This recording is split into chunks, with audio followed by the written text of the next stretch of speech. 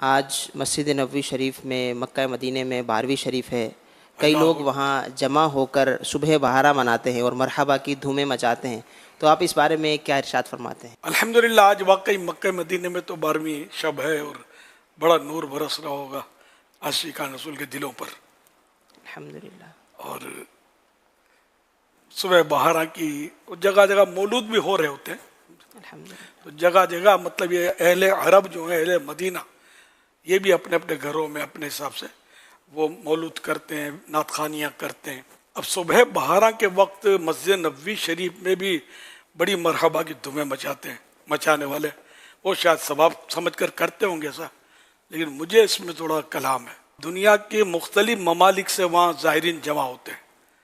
ہمارا جن پاکستان کا جیسے انداز ہے تو یہ سب کا وہاں انداز ہوئی ضروری نہیں ہے. تو اب کوئی بیٹھا دو زانو درود شریف پڑھتا ہوگا، کوئی تلاوت قرآن کرتا ہوگا اس وقت، کوئی فجر کی سنتیں ادا کر رہا ہوتا ہوگا، تو کوئی اگر رات باقی ہے تو نفلیں پڑھ رہا ہوتا ہوگا.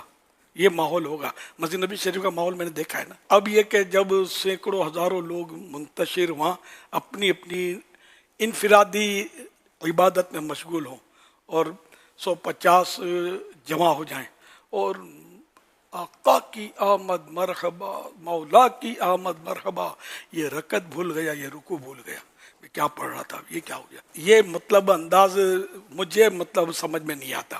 جو عاشقان رسول کر رہے ہیں نا، ایسا نہ کریں. اگر ایسا ہو رہا ہو، آپ جو زائرین اگر مجھے سن رہے ہیں تو وہ دور رہیں. آپ اپنی انفرادی طور پر، وہاں کا ماحول نہیں ہے اس طرح کا. پولیس الگ وہاں ٹینشن میں، انتظامیہ الگ ٹینشن میں. پچھلی بار تو سنا تھا کچھ گرفتاریاں بھی ہوئی تھی، سنا تھا میں نے. کیوں مطلب اپنے آپ کو گرفتاریوں پر پیش کریں اور لوگوں کو بدظن کریں. جو عبادت کرتا ہے وہ بھی پکا سنی ہے، عاشق رسول ایک بات ہے. اب وہ بھی صبح بہارا منا رہا ہے، اس کو پتہ ہی نہیں ہے صبح بہارا کس کو بولتے ہیں.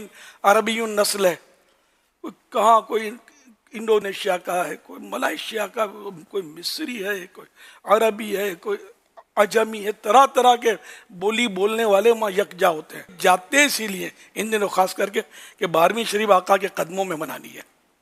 تو اب یہ ان کو یہ چونکتے ہو، ان کے یہاں یہ انداز نہیں ہوتا. تو ان کو پھر یہ سب مل کر جب آواز اٹھے گی نا تو ان کو تشویش بھی ہوتی ہوگی، کچھ کھچے آ کر کھڑے بھی ہو جاتے ہوں گے، سب مکسچر معاملہ ہوتا ہوگا. لیکن یہ کہ ایک کو بھی اگر تکلیف ہوتی ہے اس انداز سے کہ وہ اپنا پڑھ رہا ہے، عبادت کر رہا ہے، کوئی مراقبہ کر رہا ہے، کچھ بھی کر رہا ہے، تو اس کو اگر یہ تکلیف پہنچتی ہے ہمارے اس انداز سے، تو یہ ہم کو اس کی اجازت نہیں ملے گی. یہ میں بول رہا ہوں، ہو سکتا ہے بہت سو کو برا لگے، آدھی روٹی کم کھا لینا. میری بات غلط ہے تو مجھے سمجھا دینا، آئندہ نہیں بولوں گا. سوشل میڈیا پہ ہو نہیں کرنا. میں جو بات کر رہا ہوں تو سمجھنے کی کوشش کرنا کہ ادھر ہر طرح کا، ہر نسل کا، ہر رنگ کا مسلمان آتا ہے جو اپنے اپنے انداز میں عبادت کر رہا ہوتا ہے. اس کو چپ چاپ عبادت کرنے دو. ہم مل کر یہ مرحبا نہ کریں. ہم مرحبا کہنا ہے نا، ہم بھی کہتے ہیں. اکیلے کھڑے ہو جاؤ، مرحبا یا مصطفیٰ، مرحبا آقا کی آمد. اب اکیلے کے لوگ کون آپ کو کوئی بولتا ہے یار، ہم کہاں منع کرتے ہیں.